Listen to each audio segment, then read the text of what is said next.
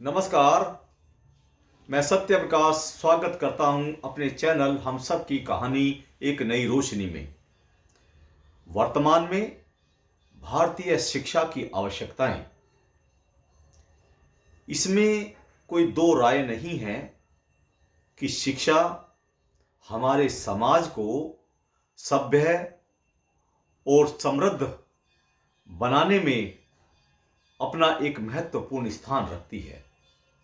हमारे विद्यालय, हमारे कॉलेजेस, हमारी प्रयोगशालाएं हैं जहां पर आदमी की मैच्योरिटी और क्रिएटिविटी को टेस्ट किया जाता है और अंततः उसकी एक पर्सनैलिटी तैयार होती है। लेकिन दुर्भाग्यवश हमारी आज की भारतीय शिक्षा प्रणाली के अंदर राजनीति का डायरेक्ट या इनडायरेक्ट इंटरफेरेंस हो गया है। परिणाम आप देख रहे हैं।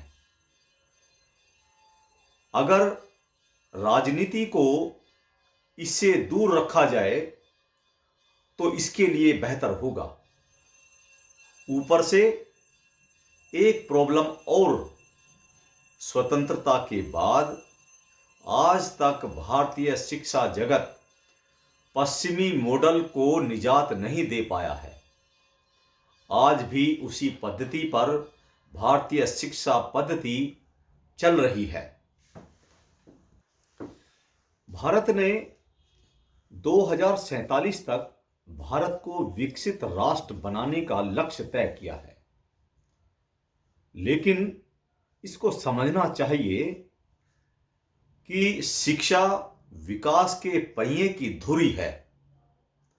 कहने का अर्थ यह है कि शिक्षा के ऊपर भारतीय बजट का जो खर्च होना चाहिए वो अब तक नहीं हो रहा है। विकसित देशों के अंदर बजट का कम से कम 6% खर्च किया जाता है, लेकिन हमारे यहाँ लगभग अभी 3% ही इस पर खर्च किया जा रहा है। इसको बढ़ाना चाहिए ताकि हम दुनिया के साथ कदम से कदम मिलाकर चल सकें।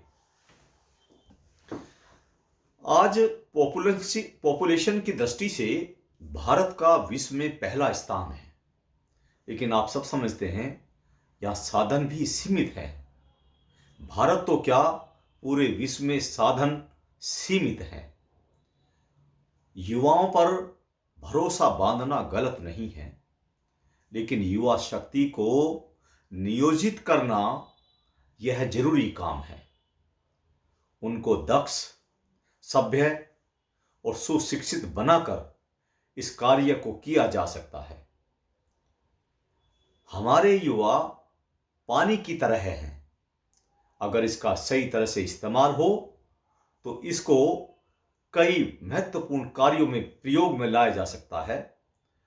लेकिन अगर इस पर ध्यान न दिया जाए तो यही पानी बर्बादी का सबब बन सकता है। इसलिए युवा शक्ति को नियोजित करना अति आवश्यक है। मानवता को तकनीकी युग के साथ न जोड़ना नुकसान में हो सकता है। मानवता को एक तरफ रखना पूरे विश्व के लिए एक असंतुलन की स्थिति पैदा कर सकता है। डिजिटल, वर्चुअल, आर्टिफिशियल इंटेलिजेंस ये सब ठीक है, लेकिन इसके साथ साथ मानवीय मूल्यों को भी पूरा स्थान मिलना चाहिए। अगर ऐसा नहीं होता है तो दुनिया का संतुलन बिगड़ सकता है और भारत के लिए यह अति अनिवार्य है। क्यों? क्योंकि भारतीय सभ्यता की दुहाई पूरे विश्व में चलती है, इसको सर्वोपरि मानते हैं। अपने देश की सभ्यता को स्थिर रखने के लिए हमें आज के मॉडर्न टेक्नोलॉजी को और भारतीय शिक्षा पद्धति को साथ में लेकर चलना चाहिए।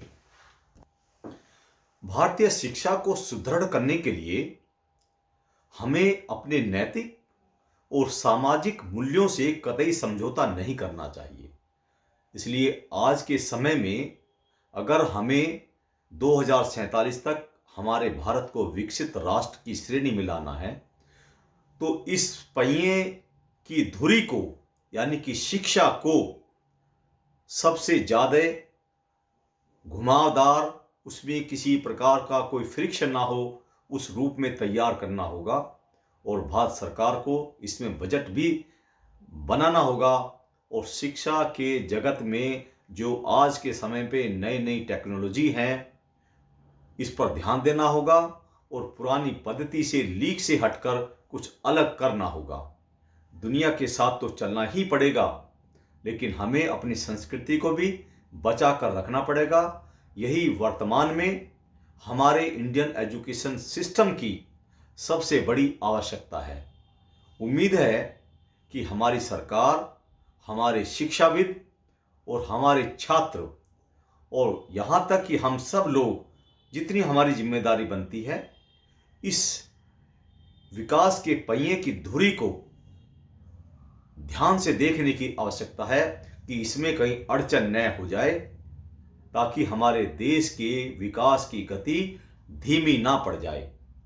केंद्र सरकार अपनी तरफ से इसमें भरसक प्रयास कर रही है, लेकिन नीचे स्तर से ही इसमें जब तक सुधार नहीं होगा, तब तक सरकार भी अकेले इसमें कुछ नहीं कर सकती है।